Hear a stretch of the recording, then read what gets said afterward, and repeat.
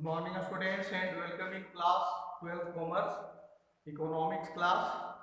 Today we are going to learn about saving function. बचत फलन क्या है और यह क्या है, इसका शेड्यूल क्या है, इसका ग्राफ कैसे होता है, तो इसके बारे में हम लोग पढ़ेंगे। हम लोग जानते हैं कि जो इनकम होती है, जो हमारी आय है, उसमें से कुछ खर्च करते हैं, कुछ उपभोग करते हैं और कुछ बचत कर लेते हैं, कुछ बचाते हैं भविष्य के लिए। तो ये जो इनकम का फॉर्मूला है, income equal to consumption plus saving. तो हम यदि इसको इस तरह से करें, यदि सेविंग को ये साइड है और इनकम को इधर, तो सेविंग होगा वह इनकम में कंजम्पशन को घटाने पर जो प्राप्त होगा वह सेविंग है, बचत है। तो ये हमारा बचत है। ये कह सकते हैं कि excess of consumption over income is called saving. जो आय में से उपभोग को घटा देने से जो बचता है उसको बचत कहते हैं। तो बचत क्या है? अब बचत फलन क्या है? हम जानते हैं कि जैसे जैसे हमारी इनकम बढ़ती है तो कंजम्पशन भी बढ़ता है, उपभोग बढ़ता है, अर्थात हम अधिक मात्रा में खर्च करते हैं। लेकिन क्या सभी हम वस्तुओं, जितनी हमारी आय होती है, क्या सभी हम खर्च कर देते हैं? नहीं। जैसे जैसे हमारी आय बढ़ती है तो जो उपभोग करने का रेट है वह कम होते जाता है और धीरे धीरे हम अधिक मात्रा में बचत करते हैं। जैसे जैसे इनकम हमारी ज़्यादा बढ़ती है हम अधिक मात्रा में बचत करना शुरू करते हैं।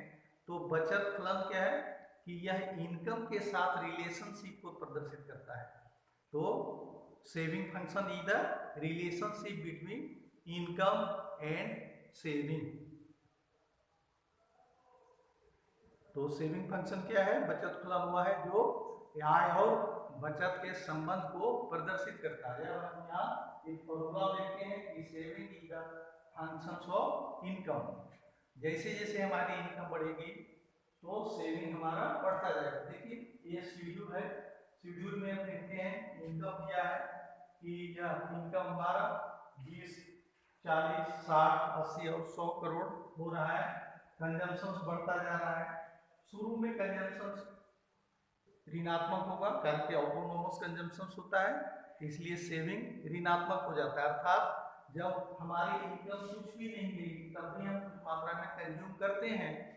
तो या कंज्यूम करते हैं या तो हम लोन लेते हैं, कर्ज लेते हैं, या तो जो पहले से बचा हुआ धन है उसको खर्च करते हैं। तो इसको हम लोग डिसेविंग भी कर सकते हैं, अर्थात जो बचत किया है उसको हम खर्च करते हैं। तो यह बचत देखिए धीरे धीरे बढ़ता जा रहा है, 0 से 15, 15 से 30, 45 क्या बढ़ता जा रहा है। इसी को ग्राफ में हम लोग देखेंगे। तो ग्राफ में हम लोग देखेंगे कि इधर में हम लोग इनकम है 20, 40, 60, 100 करोड़ है और इधर में सेविंग है 10, 20, 30, 40 और इधर में ऋणात्मक सेविंग है, कारण कि यहाँ हमको ऋणात्मक सेविंग दिखाना पड़ता है। अब यहाँ देखते हैं कि यदि उपभोक्ता की इनकम 0 है तो वह -20 करोड़ बचत करता है, अर्थात जो बचत किया है उसमें 20 करोड़ का खर्च करता है। इस लेवल पर इनकम, और जब इनकम 40 करोड़ है तो हमारा बचत 0 है और धीरे धीरे इधर में धनात्मक बचत बढ़ता जाता है। इधर में हम अधिक मात्रा में बचाते रहते हैं। तो यह सेविंग फंक्शन है। तो सेविंग फंक्शंस के शेड्यूल को देखेंगे। ये सेविंग का फंक्शन का शेड्यूल है, कंजम्पशन के आधार पर निकालते हैं, इसकी कंजम्पशन को दर्शाना है। और ये ग्राफ है आपका सेविंग फंक्शन का ग्राफ। तो विद्यार्थियों आप इसका नोट्स बनाएंगे और पिछले जितने भी आपको जो व्हाट्सएप में दिए गए हैं, यूट्यूब में दिए गए हैं, उन चीज़ों को बार बार पढ़ें और नोट्स बनाते रहें। आपको हम नोट्स भी प्रोवाइड करते हैं, तो नोट्स को देख के बनाएं, बुक का सहारा लें और जितने न्यूमेरिकल्स प्रॉब्लम है उसको बनाने का प्रयास करें। यदि कोई न्यूमेरिकल प्रॉब्लम नहीं बनते हैं तो उसको आप व्हाट्सएप पर लिखें या उसकी फोटो कॉपी भेजें, मैं सॉल्व करके इधर से भेजूंगा।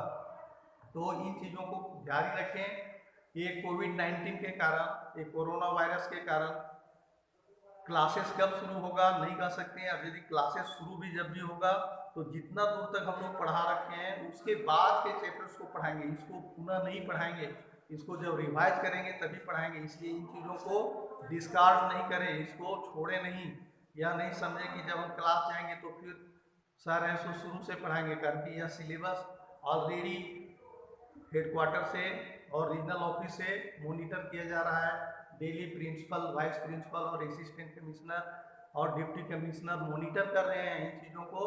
इसलिए आपका सिलेबस करीब करीब 25% कवर हो चुका है।